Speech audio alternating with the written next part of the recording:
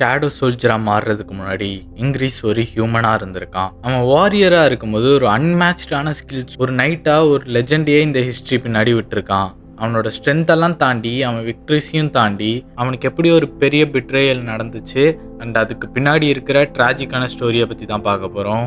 And அதுக்கப்புறமா அவனோட ரீபர்த்தை பத்தி பார்க்க போறோம்.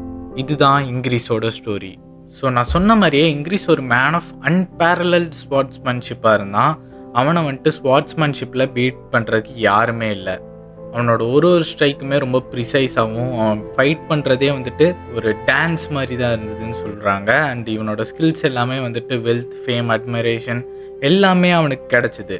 பட் ஆனால் அவனுக்கு இது எதுவுமே பெருசாகவே படலை. எல்லாமே ஒரு டிஸ்ட்ராக்ஷன் மாதிரி தான் பார்த்தான். அவன் உண்மையாக ஆசைப்பட்ட ஒரே ஒரு விஷயம் என்னன்னாக்கா, ஒரு உண்மையான சேலஞ்சு வந்துட்டு அவன் பிளேடுக்கு ஓத்தியாக கிடைக்குமா அப்படின்றது தான் அவன் ஆசைப்பட்டு இருப்பான்.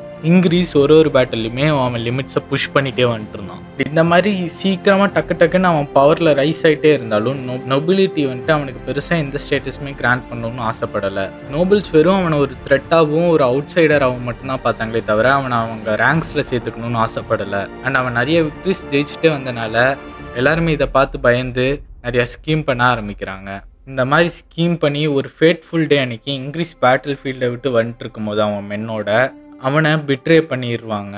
பட் அவனோட காம்ராட்ஸ் அவன் யார் கூட வாருக்கு போனானோ அவங்களே வந்துட்டு அவனை பிட்ரே பண்ணிடுறாங்க. அண்ட் அதுக்கப்புறமா அவனை வந்துட்டு ஃபால்ஸாக வந்துட்டு ட்ரீசனுக்கு அக்யூஸ் பண்ணி அவன் ஃபேமிலியெல்லாம் ஹாஸ்டேஜாக எடுத்துகிட்டு போய் அவன் ஒய்ஃப், அவன் சில்ட்ரன்ஸ் எல்லாரோட லைஃப்புமே வந்துட்டு த்ரெட்டன் பண்ணுறாங்க.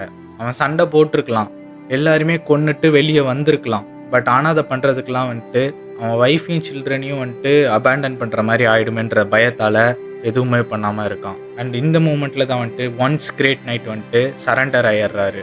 ஒரு ஒன்ஸ் பெரிய வாரியராக இருந்த ஆள் இப்போது பிளட் ஷெடுக்கு மட்டுமே ஆசைப்பட்டு எல்லாருமே கொண்டுட்டு இருந்தான். ஹானருக்காக இல்லை, சேலஞ்சுக்காக இல்லை, பிகாஸ் அது மட்டும்தான் அவனால் பண்ண முடியும்னு அவனே வந்துட்டு லூஸ் பண்ணிட்டான். அண்ட் இந்த டைம் வந்த உடனே அவனே வந்துட்டு உள்ளே வந்துட்டு டேர்ன் இன் பண்ணி அவன் சொந்த பிளேடாலேயே அவனை கொண்டுடுறாங்க. எக்ஸிக்யூஷன் முடிஞ்சிருது. அவன் ஃபைனல் பிரெத்தில் அவன் வந்துட்டு அவன் சில்ட்ரன்ஸ் எல்லாருமே வந்து செத்து அப்படியே லைஃப்லெஸ்ஸாக கிரவுண்டில் கிடக்கிறத பார்க்குறான். பட் ஆனால் அவனால் எதுவுமே பண்ண முடியல. பட் இந்த டெத்து ஒன்றும் கடைசி எண்டிங் கிடையாது.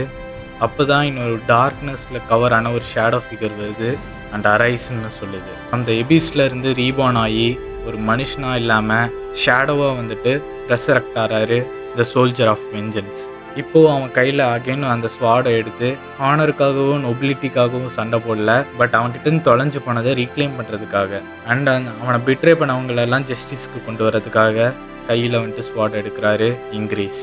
இதுதான் கதை of Ingris and the knight who fell and the shadow who rose.